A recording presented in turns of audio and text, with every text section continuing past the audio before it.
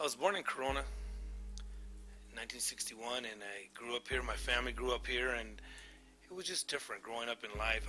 We were down on 4th Street, grew up in 4th Street, and then my parents moved to El Cerrito so that we wouldn't get caught up in all the mess in the barrio and stuff. And about the 6th, 7th grade, I ended up starting experimenting with just different drugs and stuff like that. I think probably when I was in the 6th grade, I probably maybe might have smoked my first marijuana cigarette, and from there it kind of pretty much just went downhill for me. I wasn't happy, didn't have a good self-esteem, and it was different.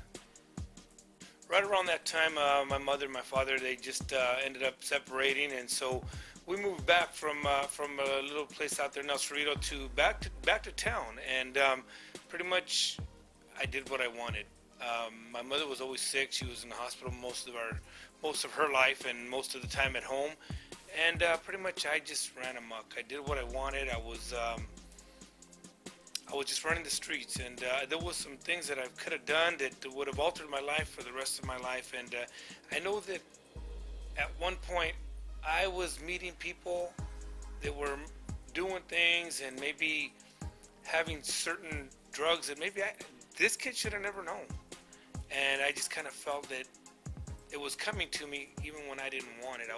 When I didn't want it anymore, it was still coming, and then it was for free. At that particular time, my mom started going to church, and she asked the Lord Jesus Christ to come into her life. And I just thought that was so ridiculous. I just thought that was just so far-fetched. I was so lost in myself that I was just doing the things that I wanted to do, running around. Sometimes at that age, I was still going to school, and I'd leave for school on a Friday, and I wouldn't come home till Monday, and never even thought about my mom, never thought about calling, never thought about any of that and how it was actually worrying her and making her even sicker. And it was just a really tough time for her that I put her through. And one day, I got so high, and I was really freaking out. And my sister was going to church at the time, and I came home, and I asked her to pray for me, and I accepted the Lord into my life. I said the sinner's prayer. I didn't even know what the sinner's prayer was, but I did say it. And instantly, I was off this bad trip. I couldn't believe it. Unfortunately, the very next day I was back at it. And I had another experience with Christ where me and a couple of my cousins went to church, and I accepted the Lord Jesus Christ again into my heart. And because I was so happy, we went and bought a case of wine and we celebrated, which of course didn't go very far. So here I am, back in the rut, back in the ditch, and I was going down the same path, doing the same things, hanging out with the wrong people, hanging out in the barrio, doing things. I thought I was crazy. At one time I even said I would die for my barrio. That's how silly I was, and that's how lost I was. And then one day I met this young lady, and she told me about Jesus, and I would wait for her outside of her Bible study, and she kept sharing Jesus with me, and I'm just like, yeah, whatever, baby, it's just for me and you. And this whole time, God was working in my heart because I really, really wanted what she had. I just didn't know how to cut it, didn't know how to break the chain. And then one day, I finally decided I was going to go to church.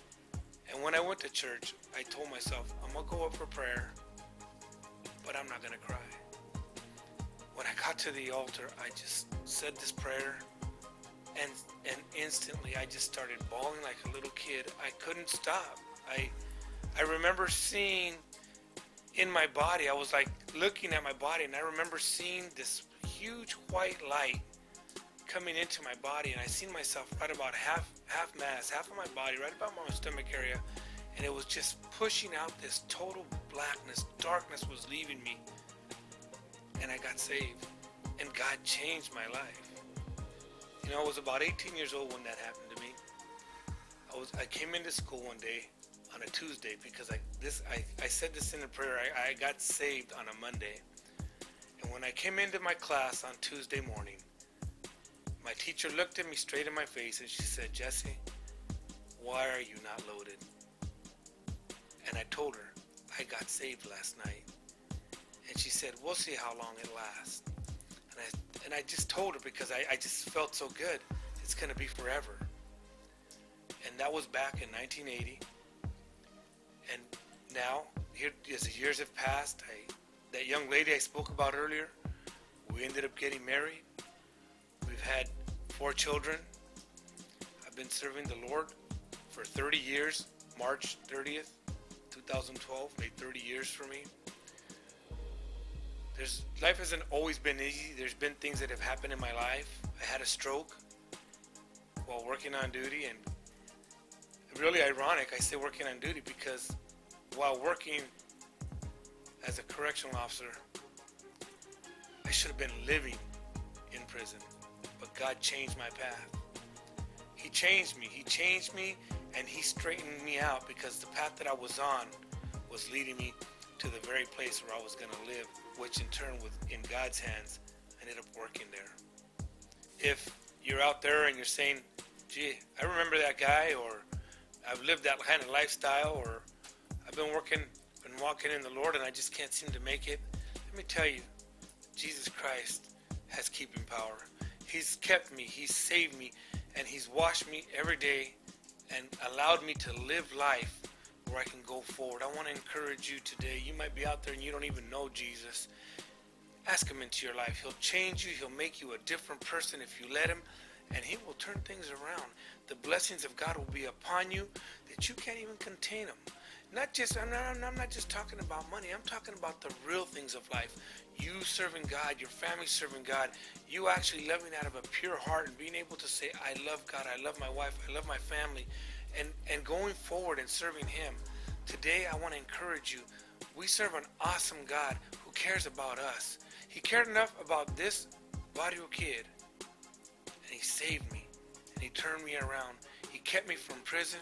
He kept me from a stroke that might have taken my life, and I'm here to give Him the honor and the glory because there is true life in Him. Grab Him and don't let Him go.